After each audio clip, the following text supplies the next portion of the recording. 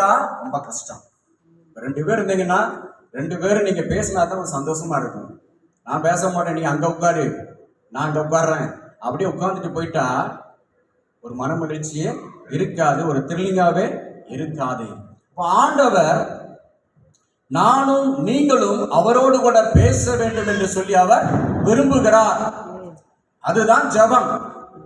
பேசுவதுதான் ஜெபம். கேட்பதற்கு இந்த ஆண்டவர் ரெடியாக இருக்கிறார். ஆனா பேசுவதற்கு நாம் தயாராக இருக்கிறோமா? நெருக்கங்கள் பாடுகள் வருகிற பொழுது நாம் செய்கிற காரியம் மனிதரிடத்திலே தேடி அவரிடத்திலே நம்முடைய காரியங்களை சொல்லி பலவிதமான முயற்சிகளை பண்ணுகிறோம். அப்படி இல்லை என்றால் நாமே தனியாக உட்கார்ந்து புலம்பிக் கொண்டே இருக்கிறோம்.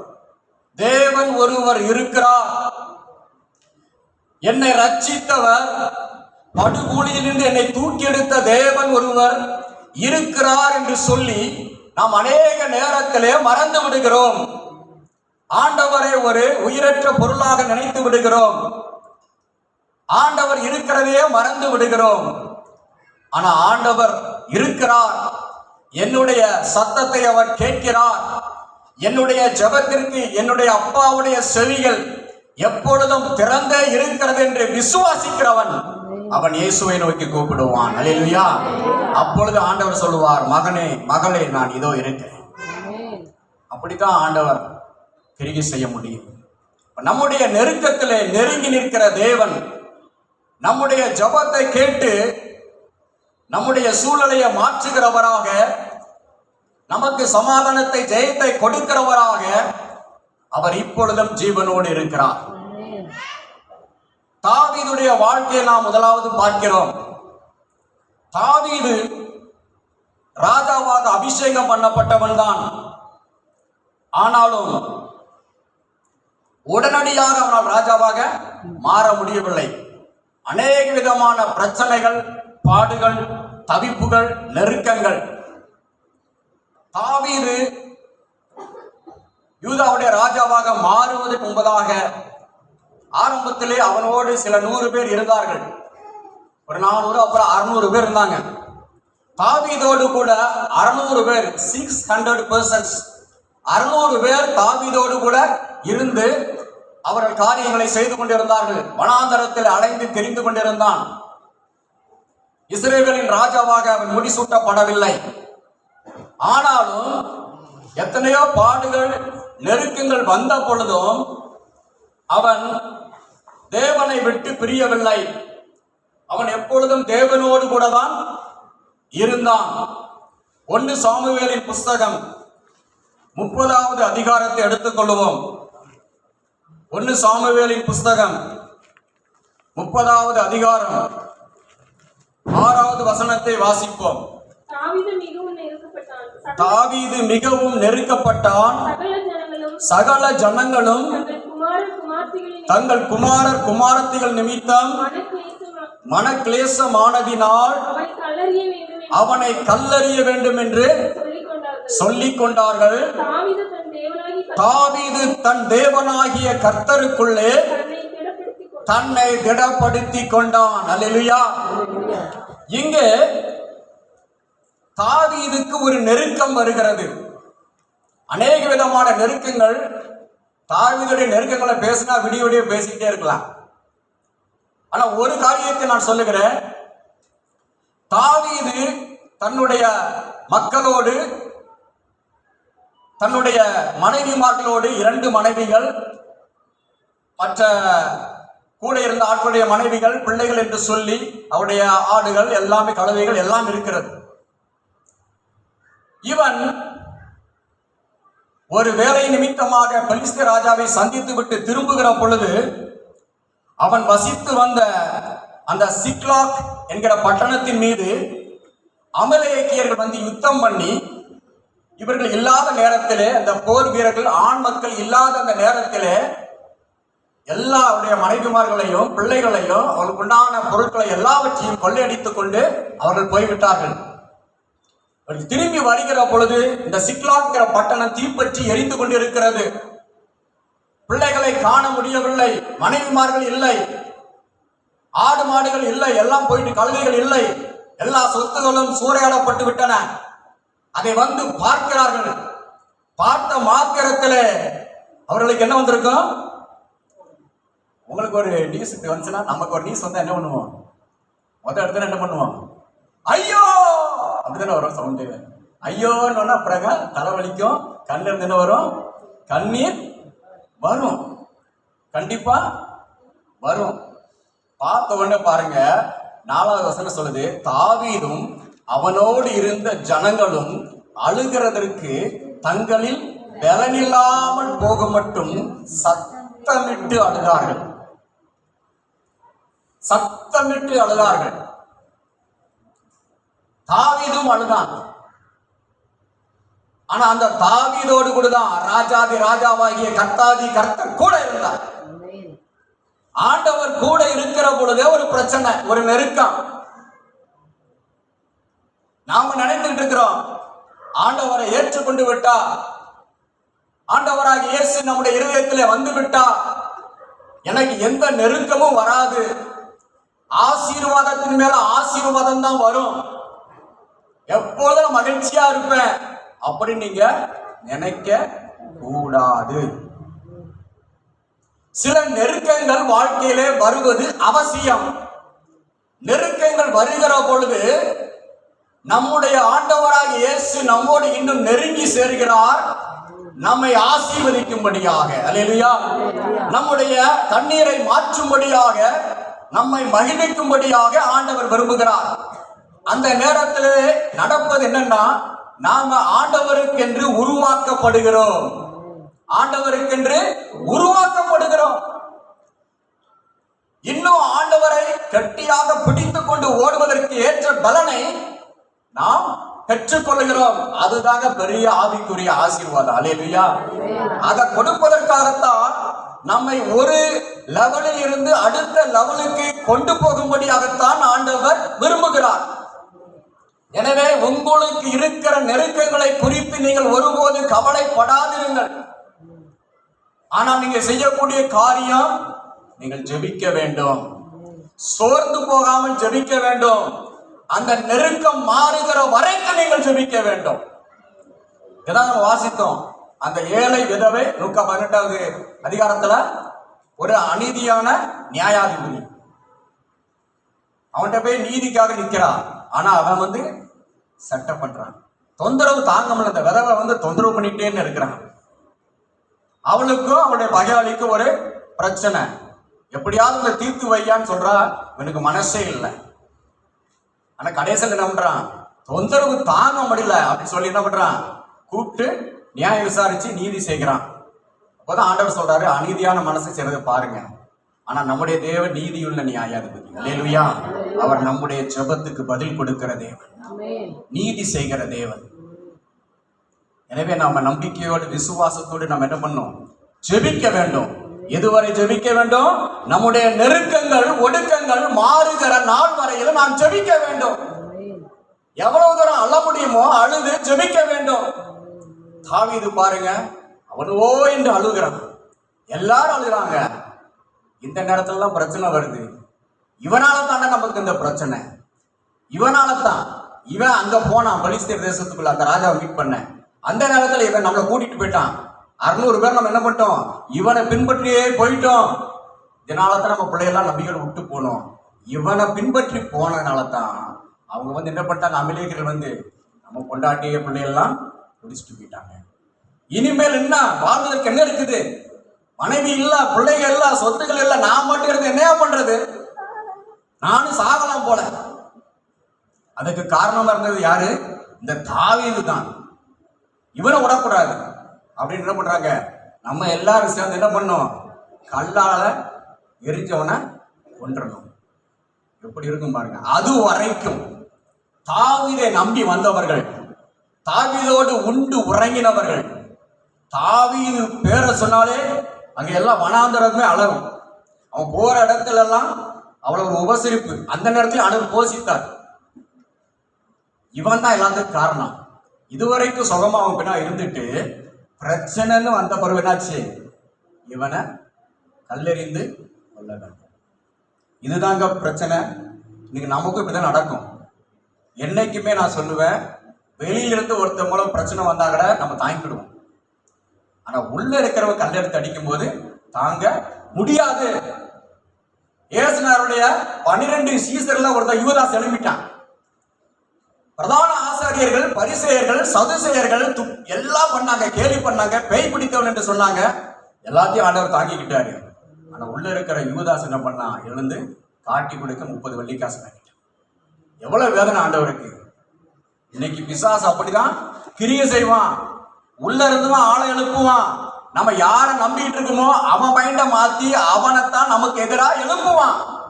அப்படித்தான் நெருக்கத்தை கொண்டு வருவான். நம்ம ரொம்ப ஜாக்கிரதையா இருக்கணும். ஆனா நம்ம மறந்து விடக்கூடாது, நம்முடைய சத்தத்தை கேட்பதற்கு என் ஆண்டவருடைய செவிகள் எப்பொழுதும் திறந்து கொண்டு இருக்கிறது. அதை நம்ம மறந்து விடக்கூடாது. அப்படிப்பட்ட இடுக்கமான நேரத்துல, அப்படிப்பட்ட நெருக்கத்தின் மத்தியில கூட இருக்கிற 600 பேருமே எழும்பி கல்லெறிந்து கொள்ள வேண்டும் என்று தீர்மானித்துக் கொண்டு எழும்பின அந்த நேரத்துல தாவீது கர்த்தருக்குள்ளே தன்னை திடப்படுத்தி கொண்டான். அல்லேலூயா. ஆண்டவரோடு நல்ல ஐக்கியத்தில் இருக்கிறவனால மாத்திரம்தான் இதை செய்ய முடியும். ஏதோ பேருக்கு சபைக்கு வந்துட்டு போறவங்களால, பேருக்கு ஒரு விசுவாச பிரமாணத்தை சொல்ற மக்களால, பேருக்கு வேதத்தை படிக்கிற மக்களால கர்த்தருக்குள்ள தன்னை திடப்படுத்திக் கொள்ள முடியாது. தேவனோடு நல்ல உறவுல இருக்கிறவங்கள மாத்திரம்தான் கர்த்தர் எப்படிப்பட்டவர், அவர் எப்படிப்பட்ட அதிசயங்களை செய்ய வல்லவர் என்கிற அறிவை உடைய மக்களால் மாத்திரம்தான், விசுவாசிகளால் மாத்திரம்தான் கர்த்தருக்குள் தன்னை திடப்படுத்தி கொள்ள முடியும். அல்லேலூயா. தாவீது திடப்படுத்தி கொண்டான். ஏபோத் அந்த சணல் நூல் தரித்த அந்த வஸ்திரத்தை, மேல் வஸ்திரத்தை கொண்டு வர சொல்லி அந்த வஸ்திரத்தை போட்டு, அந்த வஸ்திரத்தை எதுக்கு போடுவாங்கன்னா ஏபோத்தை கொண்டு வர சொன்னா, கொண்டு வர சொல்லி ஆண்டவரிடத்துல ஜெபிக்கும்படி போறான். அதாவது என்ன ஜெபிக்க போறான்? விசாரிக்க போகிறான். இது ஒரு ஜெபம். விசாரிக்கிறது ஒரு ஜெபம். கர்த்தரிடத்துல விசாரிக்க போகிறான். என்ன விசாரிக்க போறான்? எல்லாரும் பிடிச்சிட்டு போயிட்டாங்க, நான் அவங்களை பின்பற்றி போகட்டுமா? நான் போனா எனக்கு வெற்றி கிடைக்குமா? என்ன ஆண்டவரே நீங்க சொல்றீங்க? தேவ சமூகத்திலே அவன் ஜெபிக்க ஆரம்பிக்கிறான். ஏபோத்துங்கிற அந்த வஸ்திரம், மேல் வஸ்திரத்தை தரித்துக் கொள்வது எதற்கு அடையாளம்னா, தேவனுடைய சித்தத்தை ஒரு ஆசாரியன் அறிய வேண்டும் என்று சொன்னா அந்த வஸ்திரத்தை அணிந்து கொண்டுதான் தேவ சமூகத்துக்கு போகணும். அப்ப இந்த தாவீது தன்னை ஒரு ஆசாரியனாக காண்பிக்கிறான். அந்த வஸ்திரத்தை வாங்கி இவன் அணிந்து கொண்டு, ஏபோத்தை அணிந்து கொண்டு அவன் தேவனிடத்துல விசாரிக்கிறான். எனக்கு இருக்கிற பலம் தெரியுமா? நான் கோலியாத்தே வீழ்த்தினவன்டா. ஒரே கூலங்களால கோலியாத்தை நான் வீழ்த்தினவன். இப்ப போய் நான் புடிச்சிட்டு வந்துடுறேன் அப்படின்னு அவன் தன்னுடைய சுய பலத்தை நம்பி போகல. ஆனா இன்னைக்கு நாம அநேகர் என்ன பண்றோம்? உடனே ஏதாவது பிரச்சனைனா நம்ம சுய பலத்துல எழும்ப ஆரம்பிக்கிறோம். ஒண்ணு நடக்காது. என் சுய பலத்தால் ஓடி பார்த்தேன், ஓட முடியலன்னு தான் பாடணும். ஓட முடியாது. அப்ப இவனுக்கு நல்லா தெரியும் நம்மளால ஒண்ணும். ஆண்டவர் என்ன சொல்ற? கர்த்தர் தெளிவாக சொன்னாரு. தாவீது கேட்டான், இந்த தண்டை அந்த கூட்டத்தை நான் பின்தொடரட்டுமா? எனக்கு ஜெயம் கிடைக்குமா? நான் எல்லாத்தையும் வீட்டுக் கொள்வேனா? விசாரிக்கிறான். விசாரித்த பொழுது கர்த்தர் சொன்னாரு, நீ வீட்டுக் கொள்வாய். அவனுடைய வார்த்தை வருகிறது, நீ சகலவற்றையும் திருப்பிக் கொள்வாய். 600 பேர் தயாராயிட்டாங்க, நல்ல ட்ரெஸ் போட்டு. போனா ஒரு 200 பேரால் என்ன பண்ண முடியல? ஆத்த கடந்து போக முடியல. ஏற்கனவே டயர்டா இருந்தாங்க. வந்த உடனே அடுத்த யுத்தம், இதனால முடியல. 600 பேர்ல 200 பேர் அவுட் ஆஃப் 600, 200 என்னாச்சு? காட் டயர்ட், ரொம்ப டயர்ட் ஆயிட்டாங்க. அதனால முடியல, ஆத்த கடக்க முடியல. ஆனா ஒரு 400 பேர் மாத்திரம் தாவீதோடு போகிறாங்க. வழி தெரியல, எப்படி போகணும்? அந்த கூட்டம் எங்க இருக்குது? எங்க பிடிச்சு வச்சிருக்கிறாங்க? இடம் தெரியாது. இடம் தெரிஞ்சாதான் போக முடியும். பின்லேடனை பிடிச்ச நல்லா தெரியும், பெரிய தீவிரவாதி பின்லேடன். ஒபாமா, அமெரிக்க அதிபர் ஒபாமா காலத்தில் இருந்தார். அந்த பின்லேடன் என்ன பண்ணா? எல்லா சேட்டையும் பண்ணான். அமெரிக்காவில் இருக்கிற ரெட்டை கோபுரத்தை அந்த அந்த ராணுவ தலைமையகத்தை அடிச்சு நோட்டினாங்க.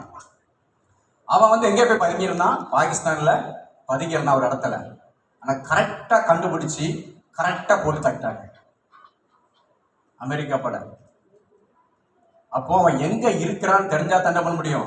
எந்த நாட்டில் இருக்கிறான், அந்த நாட்டில் எந்த இடத்துல இருக்கிறான், அதெல்லாம் தெரிஞ்சா தான் என்ன பண்ண முடியும்? எல்லாம் பண்ண முடியும். அப்போ தாவீதுக்கு தெரியல எங்க போனாங்க, எங்க இருக்கிறாங்க. ஆனா என்ன பண்ணிட்டு போறான்? ஜெபித்து விட்டு போகிறான். அல்லேலூயா. ஆண்டவரிடத்துல விசாரித்து விட்டு அவன் போகிறான். ஆனா அவன் போக ஆரம்பிச்சிட்டான். ஆனா எங்க போறன்னு தெரியல, அவங்க எல்லாம் எங்க இருக்காங்கன்னு தெரியல. ஆனா போகிற பொழுது ஆண்டவர் ஒரு எகிப்தியனை காண்பிக்கிறார். அல்லேலூயா. வழியிலே ஒரு எகிப்தியன் விடாய்த்து போய் வருகிறான். அந்த எகிப்தியன் தகவலை கொடுக்கிறான். ஒரு எகிப்தியன் மூலமாக தகவல் வருகிறது, அவர்கள் எங்கே இருக்கிறார்கள் என்று சொல்லி. அல்லேலூயா. ஆண்டவர் உங்களுடைய நெருக்கத்தை மாற்றும்படிக்கு ஒரு ஆளை அனுப்புவார், ஒரு வழியை திறப்பார். இதுவரைக்கும் எனக்கு வழி இல்லை ஆண்டவரே, எனக்கு உதவி செய்யும்படிக்கு யாரும் நீங்க அனுப்பவில்லை ஆண்டவரே, யாருமே இல்லையே, நான் எப்படி முன்னேறி செல்வது, எப்படி நான் ஜெயம் எடுப்பது, எப்படி இழந்தவர்களை நான் திருப்பிக் கொள்வது என்று சொல்லி இந்த மாலை நேரத்தில் ஒருவேளை குழம்பிக் கொண்டு இருக்கலாம். கர்த்தர் சொல்லுகிறார், இதோ நான் உனக்கு ஒரு எகிப்தியனை அனுப்புகிறேன், உனக்கு உதவி செய்யும்படிக்கு ஒரு உதவியாளனை அனுப்புகிறேன். சில நேரத்தில் கர்த்தர் தேவதூதனையே உங்களுக்கு அனுப்புவார். நமக்கு தெரியாது அது தேவதூதன் என்று சொல்லி. அநேகருடைய வாழ்க்கையில கர்த்தர் தேவதூதனை ஒரு மனிதனை போல அனுப்பி இருக்கிறார். சில நேரத்திலே நம்முடைய வாழ்க்கையில நாம் தேவதூதர்களை சந்தித்து இருக்க கூடும். ஆனா அது நமக்கு யாருன்னு தெரியாது, மனசுல நினைச்சிட்டு இருப்போம். ஆனா தேவதூதன் வந்து உதவி பண்ணிட்டு போயிருப்பான். ஆண்டவர் இப்படிதான் அற்புதம் செய்வார். அவர் செஞ்ச அற்புதங்கள்லாம் அவர் சொல்ல ஆரம்பிச்சுட்டா போதும், கண்ணீரே வந்துடும். நமக்கு என்ன தெரியும், ஏதோ ஒரு மனசு வந்தான் போனான். ஆனா அது யாரா இருக்கும்? தேவதூதனா. கர்த்தர் உங்களுக்கு வாக்கு பண்ணுகிறார், உங்களுக்கு வழிகாட்டும்படிக்கு, உங்களுடைய பொருட்களை நீங்கள் மீட்டுக் கொள்ளும்படிக்கு இதோ ஒரு எகிப்தியனை நான் உங்களுக்கு அனுப்புகிறேன். அவன் வந்து இடத்த காமிச்சான். கரெக்டா போனாங்க. அவங்க எல்லாம் ஆடிப்பாடி சந்தோஷமா கொண்டாடிக்கிட்டு இருந்தாங்க. ஆனா இவங்க போய் ஒரு நாள் ஃபுல்லா, ஒரு சாயங்காலம் தொடங்கி மறுநாள் சாயங்காலம் மட்டும் யுத்தம். அந்த நேரத்துல ஆண்டவர் பலத்தை கொடுத்தார், ஜெயத்தை கொடுத்தார். அல்லேலூயா. திரும்பி வருகிற பொழுது ஒரு பெரும் கொள்ளையோடு வர்றாங்க. இவங்க பொருள் மாத்திரம் இல்ல, அவங்களுடைய பொருளையும் சேர்த்துட்டு வர்றாங்க. அல்லேலூயா. அப்ப எல்லாரும் சொல்றாங்க, 20வது வசனம் சொல்லுது, எல்லா ஆடு மாடுகளையும் தாவீது பிடித்து கொண்டான், அவைகளை தங்கள் மிருக ஜீவன்களுக்கு முன்னாலே ஓட்டி இது தாவீதின் கொள்ளை என்றார்கள். அல்லேலூயா. இது தாவீதின் கொள்ளை. உங்களுடைய கொள்ளை பெரிதா இருக்கும் என்று கர்த்தர் உங்களுக்கு வாக்கு கொடுக்கிறார். நீங்கள் இழந்து போனவர்கள் கொஞ்சம், ஆனால் நீங்கள் அதை மீட்டுக் கொள்ளுகிற போது அதனோடு போனஸ் இருக்கும், கூட கூட்டி கொடுப்பார். எப்ப கொடுப்பார்? நீங்க ஜபத்தோடு போகிற பொழுது. ஜபம் இல்லாம முடங்கும் பொழுது பிசாசு மேற்கொள்வான். நீங்க ஜபித்து போகிற பொழுது நீங்கள் மேற்கொள்வீர்கள். ஆண்டவர் உங்களுக்கு உதவி செய்வார். உங்க நெருக்கத்தில் அவர் நெருங்கி நின்று உங்களுக்கு ஜெயத்தை கொடுக்கிற தேவனாக அவர் இந்த மாலை நேரத்தில் உங்களோடு பேசிக் கொண்டு இருக்கிறார். அல்லேலூயா. தாவீதுக்கு உதவி செய்த தேவன், தாவீதின் நெருக்கத்தை மாற்றின தேவன் உங்களுடைய நெருக்கத்தை நிச்சயமாக மாற்றுவார். அல்லேலூயா. இரண்டாவதாக யாக்கோபை குறித்து நாம் பார்க்கிறோம். ஆதி ஆகமத்தின் புஸ்தகம் 32வது அதிகாரத்தை எடுத்துக் கொள்ளுங்கள். ஆதி ஆகமத்தின் புஸ்தகம் 32வது அதிகாரம். யாக்கோபை குறித்து எல்லாம் தெரியும், சொல்ல தேவையில்லை. யாக்கோபு அம்மாவோடு அப்பாவோடு இருக்கிறான். இப்போ ஏசாயா மூலம் கொலை மிரட்டல் வருகிறது அவனுக்கு. ஏன்னா ஆசீர்வாதத்தை அவன் பெற்றுக்கொண்டான். ஏன்னா ஆண்டவர் யாக்கோபை தான் தெரிந்து கொண்டார். அதனால இந்த சேஷ்ட புத்திரமாக இரட்டிப்பான ஆசீர்வாதம் இவனுக்கு தான் உரியது. ஏசா முதல்ல பிறந்திருந்தாலும் யாக்கோபுக்கு தான் அது உரித்தாக வேண்டும் என்று சொல்லி கர்த்தர் ஏற்கனவே தீர்மானித்து விட்டார். ஆனா பாருங்க, இப்போ ஏசா என் ஆசீர்வாதத்தை நீ ஏமாத்தி வாங்கிட்ட அப்பாட்டான்னு சொல்லி கொலை வெறியோடு இருக்கிறான். இப்ப நல்ல சந்தோஷமா குடும்பத்தில் இருந்தவன் திடீர்னு நானா தனித்து விடப்படுகிறான். அவனுக்கு அம்மா அப்பா விட்டா வேற எதுவுமே வழி தெரியாது. ஆனா இப்ப வனாந்தரத்துல போகிறான். எங்க போறான்? மாமா வீட்டுக்கு போறான். எந்த ஊருக்கு போறான்? இஸ்ரேல்ல இருந்து சவுதி அரேபியா, அந்த ஈராக் பதான் வரான், அங்க போறான். அங்கதான் லாபான் இருக்கிறான் மாமா. இப்ப அவ்வளவு தூரம் போகணும், வனாந்தரம் நடந்துதான் போகணும். ஒண்ணுமே இல்லை, கையில கொண்டு வந்ததெல்லாம் காலி ஆயிடுச்சு, தின்னு தீர்த்தாச்சு, இருந்த பணம் எல்லாம் போச்சு, திருடங்களாம் அடிச்சுட்டு போயிட்டாங்க. கையில என்னதான் இருக்கு? ஒரு கோல் தான் இருக்கு. ஒரு கோலோடு படுத்து தூங்கிட்டு இருக்கிறான். அப்போதான் ஆண்டவர் அவனோடு கூட பேசுகிறார். இப்போ நான் அவனை திருப்பி வர பண்ணுவேன், அவன் தேவையெல்லாம் சந்திப்பேன், நான் அவனை கைவிட மாட்டேன். அந்த நம்பிக்கையோட அவன் போறான். ஒண்ணுமே இல்லை, ஒரு நெருக்கம், குடும்ப சூழ்நிலை விட்டு, அம்மா அப்பா அன்பை விட்டு தனித்து விடப்பட்டான். மாமா வீட்டுக்கு போறான். அங்கேயும் பாருங்க அவனுக்கு ஏமாற்றான். அவனுக்குள்ள அவனை மாமனார் ஏமாத்தி என்ன பண்ணிட்டாரு? கிட்டத்தட்ட 20 வருஷம் ஆமா அவனுக்கு இங்கே இருந்து உழைக்கும்படி செஞ்சுட்டான். வேலை பாரு, ஆனா சம்பளம் ஒழுங்கா கொடுக்க மாட்டான். இப்படியே ஏமாற்றான். 20 வருஷங்கள் கடுமையாக உழைத்தான் இந்த யாக்கோபு. ஆனாலும் ஏமாற்றம். அவன் வஞ்சித்தான் இந்த லாபான். சம்பளத்தை 10 முறை மாத்தி மாத்தி கொடுத்தான், சம்பளத்தை குறைச்சான். எந்த கம்பெனிக்கு நம்ம போனாலும் சம்பளத்தை கூட்டினா தான் நம்ம இருப்போம், சம்பளத்தை குறைச்சா அவனும் இருக்க மாட்டான். ஆனா இங்க வந்து சொந்த மாமனார் என்ன பண்றாரு? ஆமா, பாவம் யாக்கோபு வந்து பொண்ணுக்கு வாழ்க்கை கொடுத்துருக்காரு. மருமகன்னு பார்க்காம வேலை மேல வேலை, ஏமாத்து வேலை, வேலை செய்யும். ஆனா தேவன் கூட இருந்தார். அல்லேலூயா. பனி பெய்து, இரவு நேரம் தூக்கம் இல்ல, மந்தைய பாதுகாக்கிறான், கவனமா பாதுகாக்கிறான். ஏன்னா கரடி வரும், ஆட்டை பிடிச்சிட்டு போகும். அப்படி ஏதாவது பிடிச்சிட்டு போனா லாபம் என்ன பண்ணுவான்? அவன் கணக்கில் எழுதிடுவான், இது உனக்குள்ளது, எனக்கு இருந்து எதுவும் மிஸ் ஆகக்கூடாது, என் ஆட்டில் எதுவும் குறையக்கூடாது. ஏமாத்தி வாங்கினான், எல்லாத்தையும் கொடுத்துட்டு அப்படியே நின்னான். கடினமான உழைப்பு, ஏமாற்றப்பட்ட நிலைமை, நெருக்கத்தின் மேல் நெருக்கம். இது ஒருபுறம் இருக்க, சரி ஊருக்கு போலான்னு பார்த்தா அங்க என்ன பையன்? கொலவரியோடு ஒருத்தன் அருவாளை தூக்கிட்டு, நம்ம பாசையில சொல்ல போனோம் அப்படின்னா அருவாளை தூக்கிட்டு சுத்திக்கிட்டு இருக்கிறாருங்க. உயிர் போயிடும். நான் முதல்ல தனியா இருந்தேன், உயிர் போனா பரவாயில்ல. இப்போ எனக்கு என்னன்னா 2 மனைவி 2 மருமகன் 4 பேர் இருக்கிறாங்க, அவங்களுடைய பிள்ளைகள்லாம் இருக்கிறாங்க. அது போக 2 பரிவார கூட்டம் இருக்குது, கூட சொத்துக்கள் இருக்குது, நல்லா ஆடு மாடு எல்லாம் இருக்குது, ஒட்டகம் எல்லாம் இருக்குது.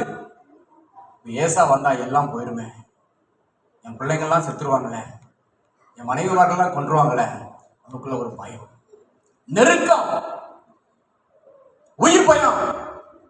தன்னுடைய சொந்த சகோதரன் வந்து எல்லாவற்றையும் அழித்து போட்டு விடுவானே என்று சொல்லி அவனுக்குள்ள ஒரு பயம் வந்து கொண்டே இருந்தது. திரும்பி வருகிற பொழுது எல்லாரையும் ஆத்த விட்டு கரை போக பண்ணிவிட்டு யாக்கோபு செய்த காரியம் என்ன தெரியுமா? 32வது அதிகாரம் 24வது வசனம் சொல்லுகிறது. 32:24 யாக்கோபு பிந்தி தனித்திருந்தான். அளவும் அவனுடனே போராடி அவனை மேற்கொள்ளாததை கண்டு அப்போதும். இப்போ பார்த்து 22வது வசனம் சொல்லுது, ராத்திரியில அவங்களை அக்கறைப்படுத்தி விட்டு எல்லாத்தையும் அந்த ஆற்றை விட்டு கடக்க பண்ணி விட்டு இவன் ஆத்துக்கு இந்த புறா தனித்து இருக்கிறான். இரவு ஜெபம், தனி இரவு ஜெபம், சிங்கிளா நிற்கிறார் யாக்கோபு. இந்த கரையில எல்லாரையும் அனுப்பிவிட்டு எல்லாத்தையும் மறந்து விட்டு ஆண்டவர் என்னை ஆசீர்வதிக்க வேண்டும், ஏசாயாவின் கைக்கு எங்களை விலைக்கு பாதுகாக்க வேண்டும். ஏன்னா எனக்கு உண்டாயிருக்கிற நெருக்கம் பெரிய நெருக்கம். மாமனார் போல வந்த நெருக்கம் இப்போது சால்வ் ஆயிட்டு, இப்போ வந்து அதுக்கு ஒரு விடை கிடைச்சிருச்சு, தப்பிச்சாச்சு, தூரம் வந்தாச்சு. ஆனா இங்கிட்டு போனா யார் இருக்கா? ஏசா இருக்கிறா. சொல்லுவாங்க, இங்கிட்டு போனா பாம்பு, இங்கிட்டு போனா முதலை. எங்கேயா போறது? பாம்பு பக்கம் போறதா முதல பக்கம் போறதா? பாம்பு பக்கம் போனா புஷ்ஷுன்னு போட்டுருது, முதல பக்கம் போனா ஆண்டு விழுங்கிருது. நான் எங்கேயா போறது? யாக்கோபு இப்படிதான் நின்னாரு எல்லாத்தையும் வச்சுக்கிட்டு. இங்கிட்டு பாம்பு, இங்கிட்டு முதல. பாம்பு லாபாட்டு தப்பிச்சு இந்த வந்தாச்சு, ஆனங்க முதல இருக்கு, என்ன பண்றது? ஆனா அவன் மறக்கல. ஆபிரகாமின் தேவன் ஒருவர் இருக்கிறார். அவர் சர்வவல்ல தேவன். பெத்தேலிலே என்னை சந்தித்த தேவன் ஒருவர் இருக்கிறார். என்னை திரும்பி வர பண்ணுவேன் என்று எனக்கு வாக்கு கொடுத்த கர்த்தர் ஒருவர் உயிரோடு இருக்கிறார். நான் அவரிடத்திலே போய் பேசுவேன் என்று சொல்லி இரவு நேரத்தில் அவன் ஊக்கமாக ஜெபிக்க ஆரம்பித்தான். முழங்காலில் நின்று இரவு நேரத்தில் அவன் ஊக்கமாக ஜெபிக்க ஆரம்பித்தான். தேவனால ஒன்றும் பண்ண முடியல. ஒரு புருஷன் உருவத்துல கர்த்தர் வந்து என்ன பண்றாரு? பொழுது விடிய போகிறது. நல்லா ஞாபகம், பொழுது விடிய போகுது. நடு இரவு நேரத்தில் முட்டி போட்டான். பொழுது விடிய போகுது, நான் போகட்டும். போக விட மாட்டேன். நீர் என்னை ஆசீர்வதித்தால் ஒழிய நான் உம்மை போக விடேன். எவ்வளவு ஒரு வைராக்கியமான ஜெபம் பாருங்க. விட மாட்டேன். ஏங்க கர்த்தரால விட்டுட்டு போக முடியாதா? உதவிகளுக்கு போக முடியாதா? ஆனா அவனுடைய அன்புள்ள ஜெபம், ஊக்கமான ஜெபம் ஆண்டவரால நகல முடியல. நானும் நீங்களும் ஆண்டவரை கட்டி போடுவதற்கு, நம்மை விட்டு போகாமல் இருக்க செய்வதற்கு ஒரே வழி ஜெபம். கர்த்தர் ஜெபத்தை தான் மையப்படுத்தி உங்களோடு பேசும்படியாக சொன்னார். அப்ப நானும் நீங்க ஜெபிக்கிற பொழுது ஆண்டவரால நம்ம சமூகத்தை விட்டு போக முடியாது. அவரை நம்ம கெட்டி போட்டிருந்தோம். இங்க இருங்க ஆண்டவரை, எங்க போறீங்க? என் ஜெபம் இருக்கு. இன்னைக்கு அனைவருடைய வாழ்க்கை ஜெபம் இல்லைனாலே ஆண்டவர் வர்றாரு. அவன் புலம்பிட்டே இருக்கிறான். எப்படா நம்மளை கூப்பிடுவான், ஜெபிப்பான். ஒன்றும் கூப்பிட்ட மாதிரி இல்லை, ஜெபித்த மாதிரி இல்லை. கடைசியில் அப்படியே விலகி போயிடுவார். ஆனால் ஜெபிக்கிற பொழுது ஆண்டவரால் விலகி போக முடியாது. போறேங்கிறாரு. இவன் என்னை ஆசீர்வதித்தாலும் இவன் விட மாட்டேன். அப்போ ஆண்டவர் வந்து அவனுடைய பெயரை மாற்றினார். உன் பேர் யாக்கோபு இல்ல, இஸ்ரவேல். நல்லா சொல்லணும், இஸ்ரவேல் சொல்லாதீங்க. பைபிள்ல எல்லாருமே வேல் வேல் எழுதிருக்கும், அது தப்பு. இஸ்ரவேல், இஸ்ரவேல், ஏல் ஏல் நீங்க வாசிக்கணும். அதான் ஏல் பெத்தேல். ஏல் என்று சொன்னா கர்த்தர், வேல் என்று சொன்னா அது அங்குள்ள சமாச்சாரம். ஞாபகம் வச்சுக்கோங்க. ஏல் ஏல் என்று நீங்க சொல்லணும். இஸ்ரவேல். ஏல் இருக்கிற பொழுது வேல் நிற்க முடியாது. ஏல் இருக்கிற பொழுது யாம் இருக்க பைபிள் வேல் நிற்க முடியாது. அல்லேலூயா. ஆமா, அதனால இதை மாத்தியே நீங்க படிக்கணும். ரொம்ப முக்கியமான காரியம். இம்மானுவேல் கிடையாது, இம்மானுவேல். நம்மோடு இருக்கிற கர்த்தர்னு அர்த்தம். நீங்க இம்மானுவேல் வேல்னா அவன் வந்துருவான் பார்த்துக்கோ. இதெல்லாம் திருத்திக்கணும்.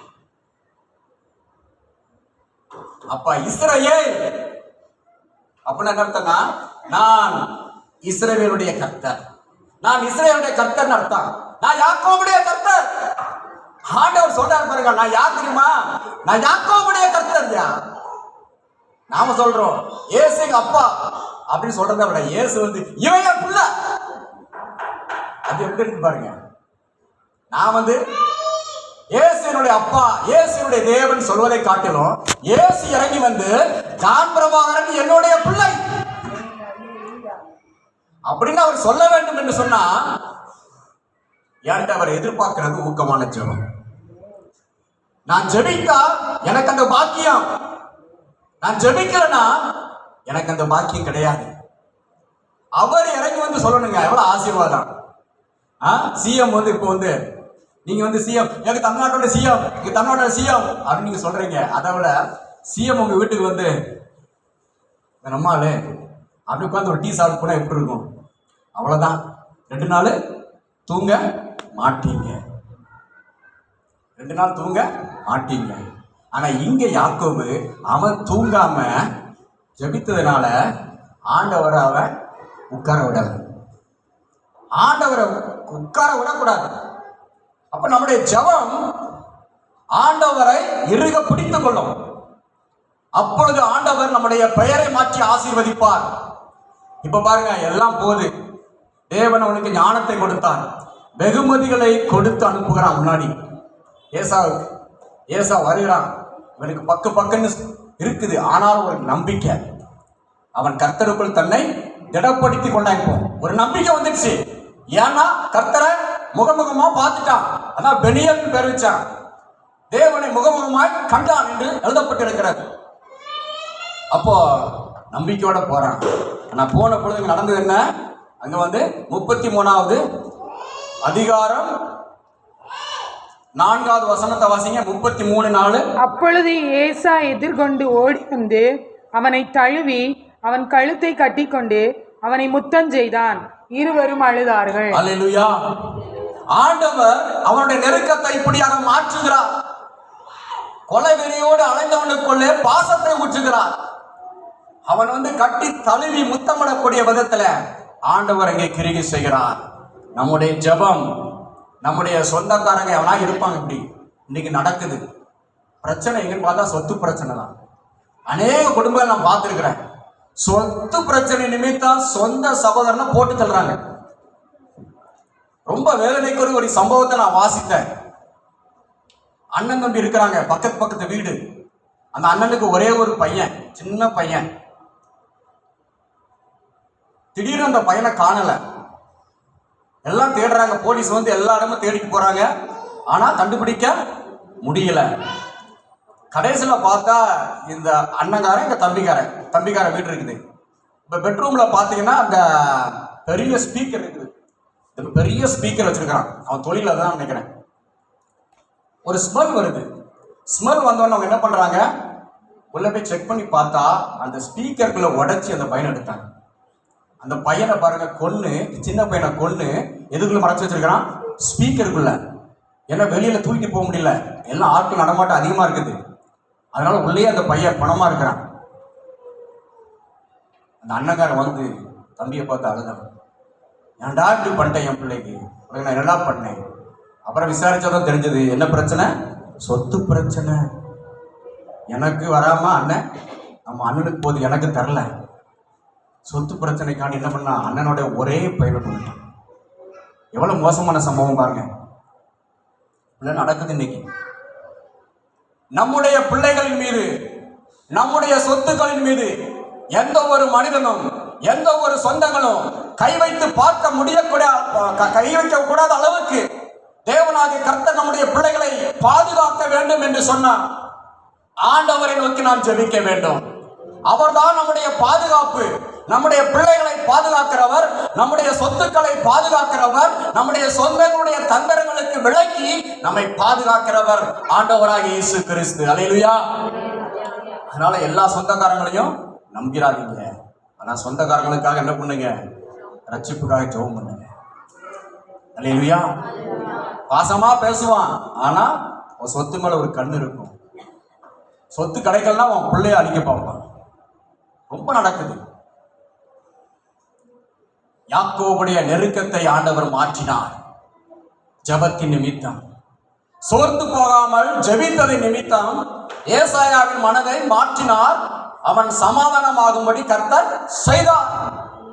அதே தேவனத்தை நம்ம ஆராதிக்கிறோம் இன்னைக்கு. அப்படி நம்முடைய வாழ்க்கையில அவர் செய்வார். அல்லேலூயா. செய்வார். எந்த நெருக்கமா இருந்தாலும் சரி ஆண்டவர் நிச்சயமாக மாற்றுவார். அண்ணாவுடைய வாழ்க்கையில ஆண்டவர் அற்புதத்தை செய்தார். 1 சாமுவேல் 1வது அதிகாரத்திலும் பார்க்கிறோம். ஆண்டவர் அற்புதத்தை செய்தார். பிரச்சனை எங்க? சொந்த சக்களத்தி. எல்கானாக்கு 2 மனைவி. ஆனா ஒரு மனைவி எப்பவும் கொடூரக்காரி, மாமியார் மாதிரி. அவளுக்கு நிம்மதி இல்லை. வருஷந்தோறும் பலியிட சீலம் போவாங்க. ஆனா போற பொழுதெல்லாம் அங்க கறி விருந்து நடக்கும். ஆனா சந்தோஷமா சாப்பிட விட மாட்டாங்க. மனமடிவாக்குவான், வார்த்தைகளினால குத்தி பேசுவான். ஆனா வசனம் சொல்லுது, ஆண்டவர் அவளுடைய கற்பத்தை அடைத்திருந்தார். அல்லேலூயா. ஏன் ஆண்டவர் கற்பத்தை அடைக்கணும்? அப்பா ஆண்டவர் கொடூரமானாளா? என் ஆண்டவர் கற்பத்தை அடைக்கிறார் என்று சொன்னா, என் ஆண்டவர் ஒன்றை நிறுத்தி வைக்கிறார் என்று சொன்னா, ஒரு பெரிய ஆசீர்வாதத்தை கொடுக்கும்படியாக அவர் செய்கிறார். என் ஆண்டவராகிய கர்த்தருக்கு நம்மை மென்மேலும் ஆசீர்வதிப்பதே, மேன்மைப்படுத்துவதே அவருக்கு பிரியம். எனவே நடக்கிற தோல்விகளை நினைத்து, நடக்கிற சம்பவங்களை குறித்து, இருக்கிற நெருக்கங்களை குறித்து நீங்க ஒருபோதும் பயப்படாதிருங்கள். உங்களை ரட்சித்த கர்த்தர் அவர் உங்களோடு இருக்கிறார். ஆண்டவர் அன்னாருடைய ஜெபத்தை கேட்டு அற்புதத்தை செய்தார். இதிலிருந்து வெளியில வர வேண்டும் என்று சொன்னான். நெருக்கத்திலிருந்து வெளியில வர வேண்டும் என்று சொன்னா எனக்கு ஒரே வழி தேவ சமூகம். தேவ சமூகத்திலே போய் அவள் தன்னுடைய இருதயத்தை ஊற்றி ஜெபிக்க ஆரம்பித்தாள். 6-7 வசனம் சொல்லுது, படிக்க நேரம் இல்லை. தேவனாகிய கர்த்தர் சாமுவேலை கொடுத்தார். அல்லேலூயா. சாமுவேலை கொடுத்து ஆசீர்வதித்தார். சாமுவேலை வாக்கு பண்ணின பிரகாரம் சந்தோஷமா தேவ சமூகத்துக்கு கொண்டு போனான். உண்மையா இருந்தான். ஜெபிக்கிற ஆட்கள் எப்படிங்க இருக்கணும்? ஏதாவது ஆண்டவருக்கு சொல்லிட்டீங்கன்னா அதை நிறைவேற்றுவதில், அந்த பொருத்தனையை நிறைவேற்றுவதில் உண்மையா இருக்கணும். ஆமா, இல்லாத போது ஒண்ணு, வந்த பிறகு ஒண்ணு கூடாது. ஆண்டவருக்கு நாம எதை சொல்ற மாதிரி செய்யணும். நீங்க வேற ஏதாவது பொருத்தனை பண்ணிருப்பீங்க. ஆண்டவரே ஒரு நல்ல வேலை கிடைச்சா நான் ஆலய கட்டுமானம் பண்ணி ஒரு 50,000 தாரேன், அல்லது ஆண்டவரே எனக்கு இந்த தொழில இவ்வளவு லாபம் கிடைச்சா நான் பண்றேன், அல்லது எனக்கு ஒரு வீடு கட்டப்பட்டா நான் உங்க ஆலயம் கட்டுறதுக்கு நான் கொடுக்குறேன். ஏதாவது ஒரு பொருத்தனை ஏன் பண்றேன்னா ஆண்டவரை நேசிச்சு பண்றது, அன்பு. அப்போ அதில் நம்ம எப்படிங்க இருக்கணும்? உண்மையா இருக்கணும். பொருத்தனை பண்ணி அதை நிறைவேற்றுவதில் நாம் எப்படி இருக்கணும்? உண்மையா இருக்கணும். இந்த அண்ணாள் உண்மையா இருந்தா, அவ உண்மையாக இருந்தபடினாலே இன்னும் என்ன பண்ணிட்டாங்க? 5 பிள்ளைகளை பெற்றுறாங்க. அல்லேலூயா. ஆமா, அண்ணாள் நினைச்சு பார்த்திருப்பாளா?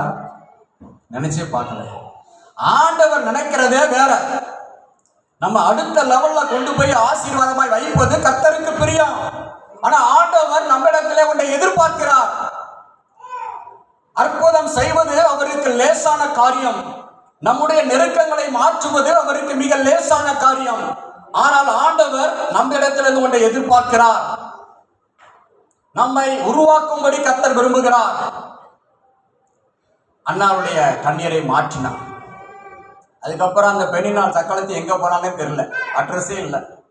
ஆமா, அவ பார்த்துருப்பா, ஏய் நான் முதல்ல ரொம்ப பிள்ளைகளோட இருந்த மெஜாரிட்டி நினைச்சேன், இப்போ நீ வந்துட்டியா, நான் மைனாரிட்டியா போயிட்டு ஓரம் ஒதுங்கிருப்பேன். அந்த பிள்ளைங்களாம் அட்ரஸ் எல்லாமே போச்சு. பெண்ணிகளோட பிள்ளைகளை குறித்த லிஸ்ட் உள்ள இல்லை. ஆனா சாமுவேலை குறித்து தேவன் எழுதி வைத்திருக்கிறார். அல்லேலூயா. பெரிய ப்ராஃபட், ஒரு பெரிய தீர்க்கதரிசி. தேவ சமூகத்துல திறப்பிலே நின்று கதறக்கூடிய 2 தீர்க்கதரிசி தான் இருக்கிறாங்க வேதத்துல. 1 மோசே, 2வது சாமுவேல். அல்லேலூயா. ஆமா, இவங்க 2 பேரும் ஜெபம் பண்ணாங்கன்னா கர்த்தரால மறுக்க முடியாது. 2 பேருக்கு அவ்வளவு பவர். மோசேயும் சாமுவேலும் தேவ சமூகத்துல மண்டிய போட்டாங்கன்னா ஆண்டவரால பதில் கொடுக்காம இருக்க முடியாதான். அப்பேற்பட்ட ஸ்தானத்துக்கு சாமுவேலை கொண்டு போனார். அல்லேலூயா. அதுதான் தேவன் கொடுக்கிற ஆசீர்வாதம். நெருக்கத்தை மாற்றுகிற தேவன் மாத்திரமல்ல, உங்களை அநேகர் திரும்பி பார்க்கக்கூடிய விதத்திலே ஆசீர்வாதமாய் வைக்கிற கர்த்தர் அவர். ஆனா நாம என்ன பண்ணோம்? ஜெபிக்க வேண்டும். அன்னாளை போல, யாக்கோபை போல நாம ஜெபிக்க வேண்டும். இரவிலே ஜெபிக்கணும். இருதயத்தை ஊற்றி ஜெபிக்க வேண்டும். ஆண்டவர் என்னை ஆசீர்வதிக்கிற வரைக்கும் நான் ஜெபிப்பேன் என்று சொல்லி நீங்கள் ஜெபத்திலே ஆழமாய் தரித்திருக்க வேண்டும். அப்பொழுதே ஆண்டவர் அற்புதத்தை செய்வார். அல்லேலூயா. அடுத்ததாக நாம் பார்க்கிறோம், அப்போஸ்தலனாகிய பவுலை குறித்து நாம் பார்க்கிறோம். பவுலுக்கு ஒரு பிரச்சனை. அப்போஸ்தல நடபடிகள் 27வது அதிகாரம். இங்கே சிறை கைதியாக இத்தாலியா தேசத்துக்கு பவுலை கொண்டு போகிறார்கள். ஒரு கப்பலிலே கொண்டு போகிறார்கள். 276 மொத்தம் இந்த கப்பல்ல 276 பேர் இருக்கிறாங்க. அநேகர் சிறை கைதிகள், போர் வீரர்கள், கப்பல் மாலுமி எல்லாரும் இருக்கிறாங்க, படைத்தளபதி எல்லாரும் இருக்கிறாங்க. கப்பல் பிரயாணம். ஆனா போகிற பொழுது பாத்தீங்கன்னா அங்க காற்று வீச ஆரம்பிக்கும். அந்த படைத்தளபதி கப்பல் மாலுமியோட கப்பல் கேப்டனுடைய வார்த்தையை கேட்டு செயல்படுகிறான். பவுல் சொன்னாரு, இங்க இருந்து போவேண்டாம்ப்பா, கொஞ்சம் ஒரு மாதிரிதான் இருக்கும், கொஞ்சம் நிதானமா போலாம். ஏய், நீயே ஒரு போர் கைதி, வான் பேச்ச நான் கேட்கணுமா? நான் யார் பேச்ச கேட்பேன்? இந்த கப்பலை செஞ்ச கப்பலை ஓட்டுற மாலுமியோட பேரை தான் நான் கேட்பேன் அப்படின்ட்டு அங்க கேட்டான். என்ன வந்துச்சு? திடீர்னு யூரோக்ளித்தோன் என்கிற ஒரு கொடுங்காற்று. 28 3வது வசனத்தை வாசிங்க. 28:3. சாரி 27:14. கொஞ்ச நேரத்துக்குள்ளே ஈரோக்ளிதோன் என்னும் கடுங்காற்று அதில் மோதிற்று. கப்பல் அதில் அகப்பட்டு கொண்டு காற்றுக்கு எதிர்த்து போக கூடாதபடியினால் காற்றின் கொண்டு போகப்பட்டோம். போதும். இப்ப ஈரோக்ளிதோன்கிற காற்று வந்து அடித்த உடனே அங்கே கப்பலுக்கு சேதம் வர ஆரம்பித்து விட்டது. 20வது வசனத்தில் நம்ம பார்க்கிறோம், இனி தப்பி பிழைப்போம் என்ற நம்பிக்கை முழுமையாய் அற்று போயிற்று. கப்பலுடைய பார்ட்ஸ், கப்பல் இருக்கிற கோதுமை பொருள் போஜனம் எல்லாத்தையும் தூக்கி வெளியில வீசுறாங்க. ஏன்னா வெயிட்டு மூழ்கிடும் கப்பல். தளவாடங்கள் எல்லாம் பிச்சு வீசுறாங்க. எல்லாம் உயிருக்கு பயந்துட்டு இருக்கிறான். சாகக்கூடிய ஒரு ஸ்டேஜ். அவனுக்குள்ளேயே ஒரு பயம் இருந்தது. எல்லாருக்குள்ள பயம். சூரியன் இல்ல, ஒரே இருட்டு, கடல் கொந்தளிக்குது. அந்த மாதிரி ஒரு சீன்ல போட்டா நமக்கு எப்படி இருக்கும் பாருங்க. சுனாமி வந்து பாருங்க. சுனாமி டயத்துல ரொம்ப பேர் சாட்சி கொடுத்தாங்க அற்புதமா. தப்பிச்சு பழச்சவங்க எல்லாம். அதுல ஒருத்தர் தப்பிச்சு எப்படி இருந்தாராம், ஒரு துண்டு மரக்கட்டை மேல ஏந்தி நீந்தி வந்து அது எப்படி எனக்கு கரை சேர்த்துச்சுன்னு சொன்னான். ஆனா கடலுக்குள்ள அவன் தனியா இருட்டுக்குள்ள கிடந்தானா. அவன் சாட்சி கொடுத்துருக்கான். அப்ப பாருங்க, கடல்ல இருட்டா இருக்குது, எங்க போறன்னு தெரியல. உயிர் பயம், செத்தாலும் செத்துருவோம். மரண பயம், ஒரு நெருக்கம். எல்லாருக்கும் மரண பயம் வந்தா சாப்பிட முடியாது. இருக்கிற கொஞ்சம் ஆகாரம் இருக்கு, எடுத்து சாப்பிட முடியல. ஏன்னா சாப்பிட்டாங்க உயிர் வந்துருமா? உயிர் போக போகுது எப்படி சாப்பிட்றது? உயிர் போக போகுது சாப்பிட்டு நான் என்னையா பண்றது? சாப்பிட்றது எதுக்கு? உயிர் வாழத்தானே சாப்பிட்றோம். ஏன்னா சாக போறேன், நான் எப்படி சாப்பிட்றதுக்கு? கை காலம் நடுங்கிட்டு இருக்கு, எப்போ உயிர் போல தெரியாது. குளிர், இருட்டு, மரண பயம். பவுல் தேவனை நோக்கி ஜெபித்தான். இப்போ ஆண்டவர் தரிசனமான, பவுலே நீ பயப்படாத, நீ ராயனுக்கு முன்பதாக நிற்க வேண்டும். உன்னை மாத்திரமல்ல, உன் நிமித்தம் உன் கூட இருக்கிற எல்லாருக்கும் 276 பேருக்கு நான் தயவு பண்ணுகிறேன். அல்லேலூயா. ஆண்டவருடைய வார்த்தை வந்துச்சு பாருங்க. பவுல் ஜெபித்தான். அப்படிப்பட்ட இக்கட்டான நேரத்திலையும் பவுல் தேவனை நோக்கி பார்த்தான். இப்போ இந்த பவுல் சொல்றாரு, எல்லாத்தையும் பார்த்து சொல்றாரு, 2 வாரமா சாப்பிடலங்க. 2 வாரமா சாப்பிடாம எல்லாம் நோஞ்ச மாதிரி மரண பயத்தில் இருக்கிறான். ஆனா பவுல் அவர்களுக்கு தைரியம் சொல்லுகிறான். 33வது வசனத்தை வாசிங்க. 33. பொழுது விடுகையில் எல்லாரும் போஜனம் பண்ணும்படி பவுல் அவர்களுக்கு தைரியம் சொல்லி, நீங்கள் இன்று 14 நாளாய் ஒன்றும் சாப்பிடாமல் பட்டினியாயிருக்கிறீர்கள். ஆகையால் போஜனம் பண்ணும்படி உங்களை வேண்டிக் கொள்கிறேன். நீங்கள் தப்பி பிழைப்பதற்கு அது உதவியாயிருக்கும். உங்கள் தலையில் இருந்து ஒரு மயிரும் விழாது என்றார். உங்கள் தலையில் இருந்து ஒரு மயிரும் விழாது. அவங்க கர்த்தரை நம்பல, ஆனா இவன் கர்த்தரை நம்பணும் சொல்றான். ஏன்னா என் நிமித்தம் ஜெபிக்கிற, என் நிமித்தம் ஜெபிக்காத உங்களுக்கு என் ஆண்டவர் தயவு பண்ணிக்கிறார். அல்லேலூயா. ஜெபிக்கிற நம்முடைய நிமித்தம் இந்த ஊரப்பாக்கத்துல ஜெபிக்காத ஆட்களுக்கு, ரட்சிக்கப்படாத ஆட்களுக்கு ஆண்டவர் தயவு பண்ணுகிறார்.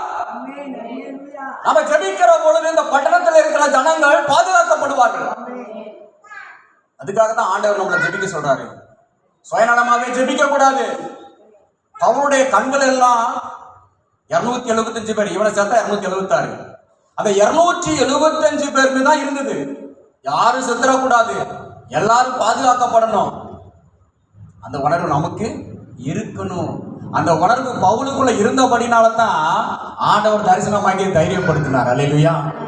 நமக்குள்ள அதே தரிசனம் இருக்கும் என்று சொன்னா ஆண்டவர் நம்மை ஒருபோதும் சாக விட மாட்டார். என்னுடைய பிள்ளைகள் ஒரு துண்டு அப்பத்துக்காக இறங்கி திரிவதில்லை. ஆண்டவர் போஷிப்பார். இந்த மே மாசத்துல இருக்கிறீங்க, பிள்ளைகளுக்கு பீஸ் கட்டணும், துணிமணி எடுக்கணும், யூனிஃபார்ம் எடுக்கணும், ஷூ எடுக்கணும், பேக் வாங்கணும், என்னெல்லாமோ செலவு இருக்குது, நெருக்கங்கள் இருக்குது. என் ஆண்டவர் உங்கள் தேவைகளை சந்திப்பார். நீங்கள் ஜெபித்து பாருங்கள், ஊக்கமாய் ஜெபித்து பாருங்கள். என் ஆண்டவருக்கு உங்கள் தேவைகளை சந்திப்பது அது லேசான காரியம். என் ஆண்டவர் சந்திப்பார், எல்லா தேவைகளையும் சந்திப்பார்.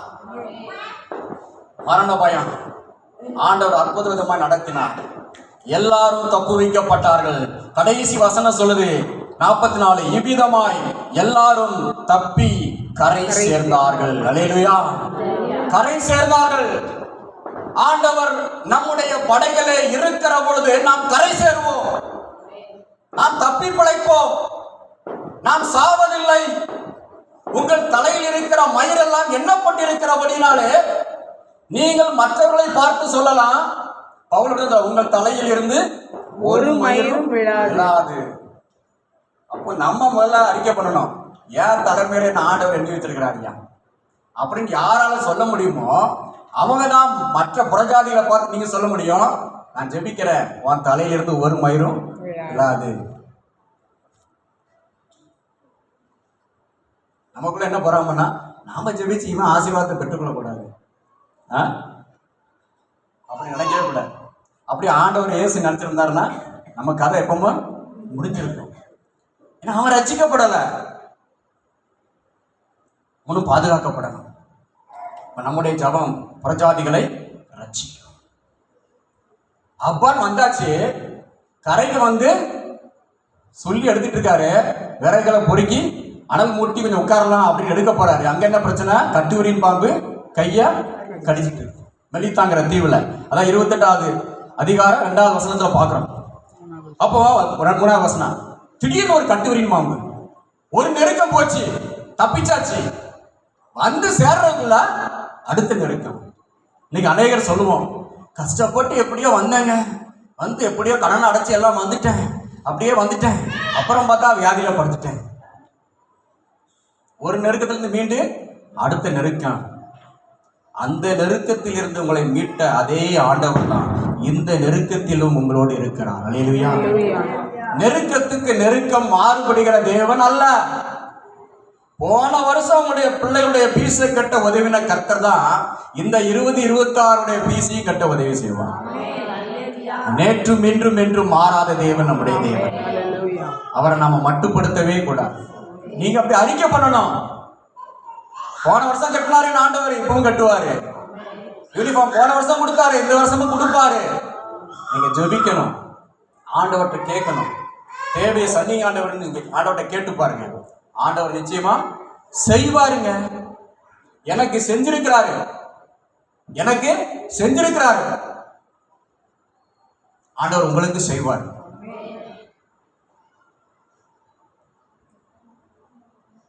வேலை கிடைச்சிடுச்சு, ஆப்பிரிக்கா தேசத்துக்கு போகணும், ஆனா உடனே போக முடியல, ஒரு போராட்டம்,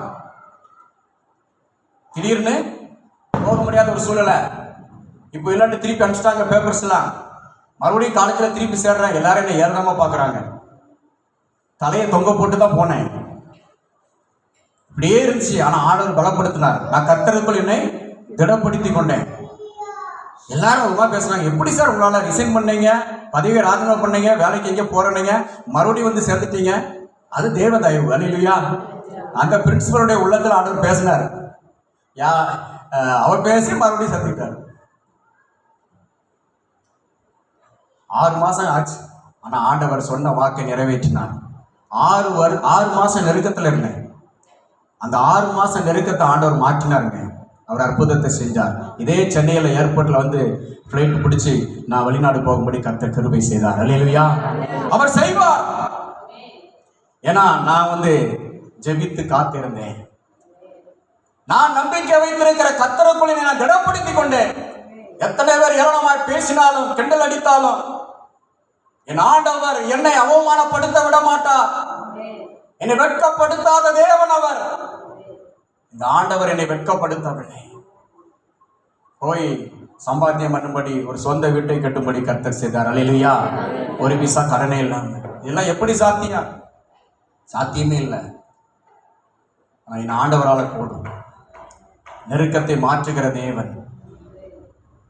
ஒரு நெருக்கத்தில் இருந்து மாற்றுகிற தேவன் அடுத்த நெருக்கம் வருகிற அதுலயும் அந்த நெருக்கத்தை மாற்றுவார். நம்மை விட்டு விலகுவதும் இல்லை, நம்மை கைவிடுவதும் இல்லை.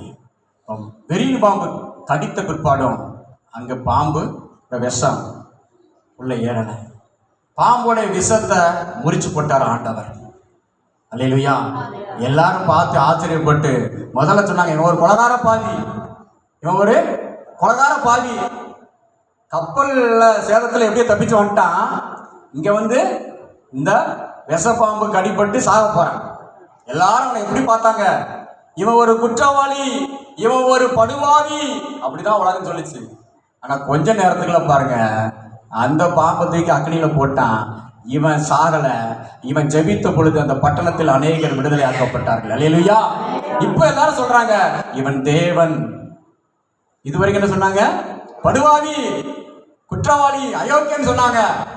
எந்த வாய் உங்களை குற்றவாளி, அயோக்கியன், பாவி, படுபாவி என்று சொன்னார்களோ அதே நாவு உங்களை குறித்து சொல்லும் இவனோடு கூட தேவன் இருக்கிறார். இவன் தேவனுடைய பிள்ளை, இவன் தேவனுடைய குமாரன், இவன் தேவனுடைய குமாரத்தி என்று சொல்லி அதே நாவுகள் சொல்ல முடியாத ஆண்டவர்களை கனப்படுத்துவார், நிச்சயமாக செய்வார். கர்த்தரோடு மாத்திரம் நீங்க நெருங்கி சேவியுங்கள். எப்பேற்பட்ட பாடுகள் நெருக்கங்கள் வந்தாலும் கர்த்தரை நோக்கி கூப்பிடுவதிலே ஓயாமல் இருங்கள். என் ஆண்டவர் ஜபத்திற்கு பதில் கொடுக்கிற தேவனாக இன்றைக்கு ஜீவிக்கிறார். சொல்லி முடிக்கிறேன். ஆண்டவராக இயேசு கிறிஸ்துவுக்கு நெருக்கம் வந்துச்சு. அவருக்கும் மரண பயம். உலகத்தின் பாவங்களை எல்லாம் சுமந்து தீர்க்க வேண்டும். இதுவரைக்கும் ஒழித்து பண்ணியாச்சு. இப்பதான் கடைசி கட்டம். என்ன பண்ணுவது நினைச்சு பார்க்கிறாரு. நினைச்சு பார்த்தாலே தலை சுத்துது. ஏன்னா அவர் ஒரு மனுஷன் தான்.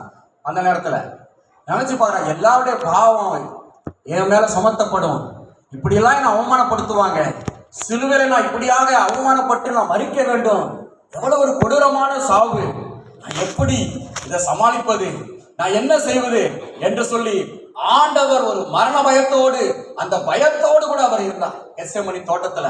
லூக்கா எழுதின சுவிசேஷம் 22வது அதிகாரம் 41வது வசனத்தை வாசிங்க. 22 லூக்கா 22:41. அவர்களை விட்டு கல்லறி தூரம் அப்புறம் போய் முழங்கால் படியிட்டு, பிதாவே உமக்கு சித்தமானால் இந்த பாத்திரம் என்னை விட்டு நீங்கும்படி செய்யும், ஆயினும் என்னுடைய சித்தத்தின்படி அல்ல உம்முடைய சித்தத்தின்படியே ஆக கடவது என்று ஜெபம் பண்ணினார். அப்பொழுது வானத்திலிருந்து ஒரு தூதன் தோன்றி அவரை பலப்படுத்தினார். அல்லேலூயா. அவருடைய வேர்வை இரத்த வேர்வையாக வெளியிலே வந்தது என்று வேதம் அடுத்த வசனத்தில் சொல்லுது. ஆனா ஆண்டவர் ஒரு தேவ தூதனை அனுப்புகிறார். பிதாவாகிய தேவன் ஒரு தேவ தூதனை அனுப்பி இயேசுவை பலப்படுத்தினார். ஒரு பலன் அவருடைய ஆவியிலே சரீரத்தில் வந்து இறங்கினது. அந்த பலத்தினால் ஆண்டவர் சிலுவையை சுமந்தார் ஐயா. அந்த பலத்தினாலே சிலுவையிலே அடிக்கப்பட்ட பொழுது எல்லாரையும் மன்னித்தார். இந்த பலத்தினாலே அவர் ஜெயம் எடுத்தார். அல்லேலூயா. அந்த பலத்தை ஆண்டவர் உங்களுக்கு கொடுக்கும்படியாக விரும்புகிறார். நீங்க ஜெபிக்கிற பொழுது உங்க நெருக்கத்தை மேற்கொள்ளத்தக்கதான ஒரு பலத்தை, உங்களுடைய எதிரான சூழலை மேற்கொண்டு ஜெயமெடுக்கத்தக்கதான ஒரு பலத்தை, ஒரு உன்னத பலத்தை என் ஆண்டவர் உங்களுக்கு வாக்கு பண்ணுகிறார். உங்களுக்கும் ஒரு தேவ தூதனை அனுப்பி ஆண்டவர் பலப்படுத்துவார். உங்களுடைய கண்ணீரை காண்கிற தேவன், உங்களுடைய நெருக்கங்களை அறிந்திருக்கிற தேவன், அவர் உங்களோடு கூட இருக்கிறார். உங்கள் கண்ணீரை எல்லாம் மாற்றுவார். எழுந்து நின்று நாம் ஜெபிப்போம். ஹல்லேலூயா, ஹல்லேலூயா.